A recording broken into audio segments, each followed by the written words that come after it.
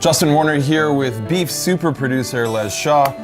Welcome. I am so excited to talk about holiday beef. Thanks for having me, Justin. This is awesome. So what I'm going to do today is kind of show you a riff on a beef Wellington. Now, beef Wellington is generally thought of as this sort of labor-intensive yet very fancy sort of holiday roast. But I've got a couple creative hacks that are going to keep you saving some money and from having to use a whole bunch of tools. As a matter of fact, with a frying pan and an oven, you can get this done. You ready?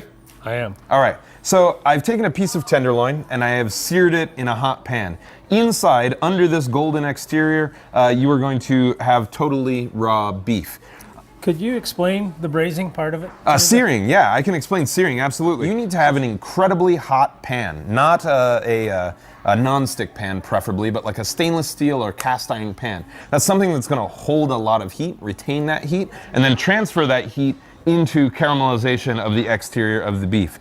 I generally do searing with my windows open, with the fan on, with someone wafting at the smoke detector, because to get this sort of intense caramelization, which is also an enhancement of flavor, you're gonna need incredibly high heat. I generally like to make sure my pan's at least 500 to 700 degrees. Whoa. Yeah, the hotter the better when it comes to searing. So, generally, a beef Wellington is a tenderloin that is wrapped in a mushroom mixture called duxelle. It sounds very fancy, and it is a little bit time consuming, and you also need to generally have like a food processor or a grandma to cut up tons and tons of mushrooms. So I'm like, why bother? If I can simulate, possibly even to greater effect that, by using that old holiday staple, you know what it is, right? Cream of mushroom, right? Cream of mushroom, man. So I'm just gonna mix this up with some Italian seasoned panko breadcrumbs. So generally in a duxelle, you know, you would want to have some chunkiness, you would want to have some herbs in there with the mushroom. We're accomplishing all of that with two pantry staples. And it's simple. Do you think you could do this, mixing these things up? I may be able to pull that off. All right, I think anybody could. I hear you're actually quite the gourmand. I don't know. All right, well, we'll see. So anyway, this is going to be kind of like a paste that envelops our Wellington. The thing I love about this is that mushroom, cream, all of those things are like BFFs, in my opinion, with beef. How do you feel about that? I would agree.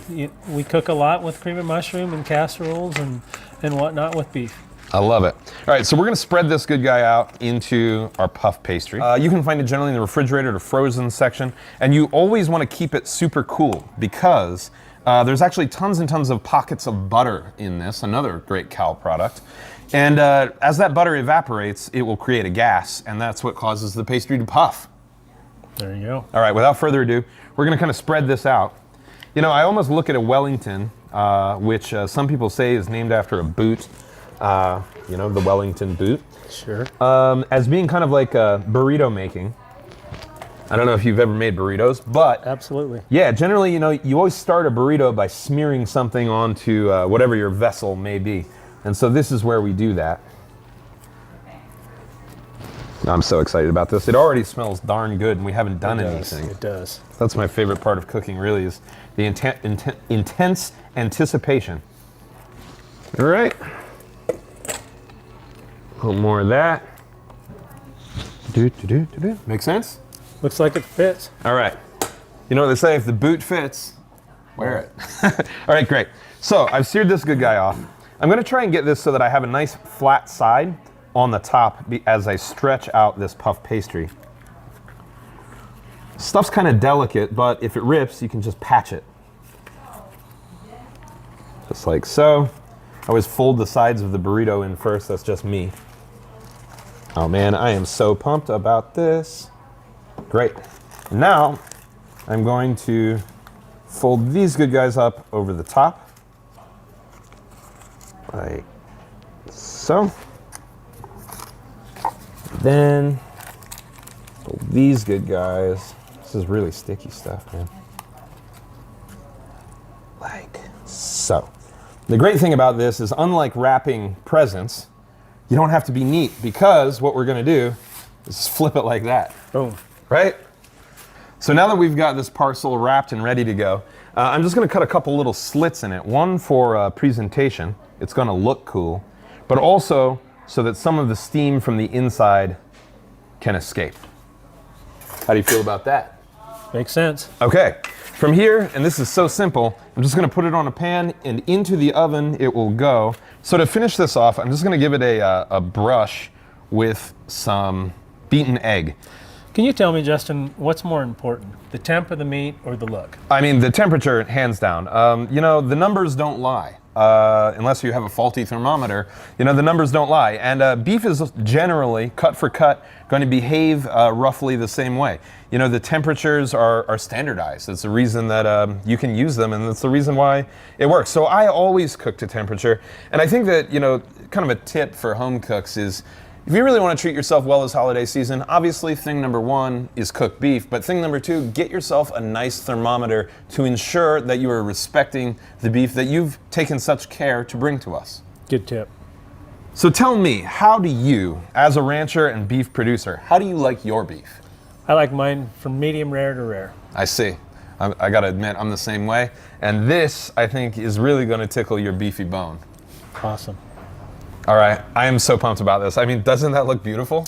It does. It smells fantastic. All right, so we've got our Wellington here. I used my trusty thermometer to make sure that this is the temperature that I like.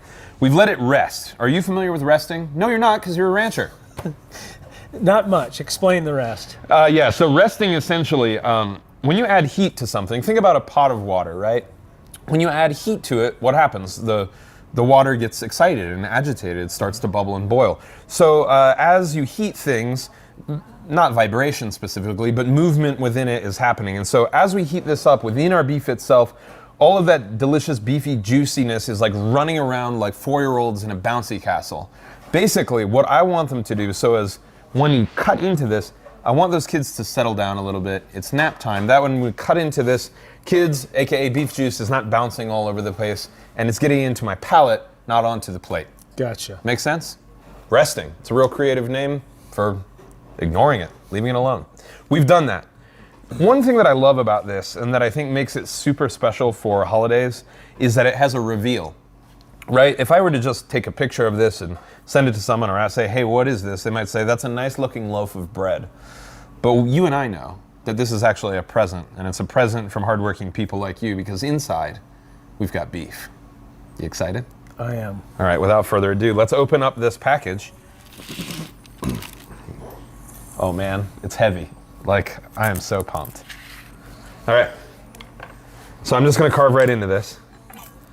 It's so flaky already. I can hear the crustiness of it. You can see it. I know, right? Okay. I'm gonna cut a big piece. Are you okay with that? Absolutely. I don't wanna break too much of my pastry. Wow. Oh, shucky ducky. Look at that. How do you feel about that? That makes me ready to eat. Right? Smell. Yeah. Look at that. Nice and pink, nice and rosy inside. I think anybody could get behind that, right?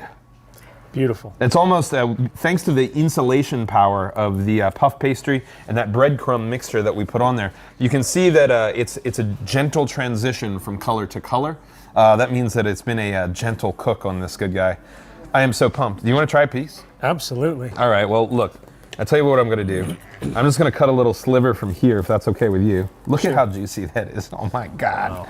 And then we'll just split this up. Are you okay with an end piece like that? You bet. All right. Well, the price is right, I tell you that.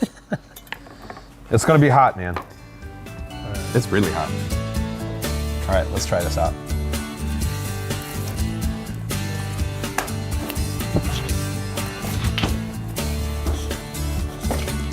All right, how do you feel about this? I mean, do you think, Les, that this would be an ideal holiday centerpiece? I don't know who wouldn't love that. This makes me proud to be part of the beef industry, and thank you. Oh, shucks, man, I'm so honored. I tell you what, you keep making the great beef, I'll keep making the great recipes, and thank you all for choosing beef this holiday season.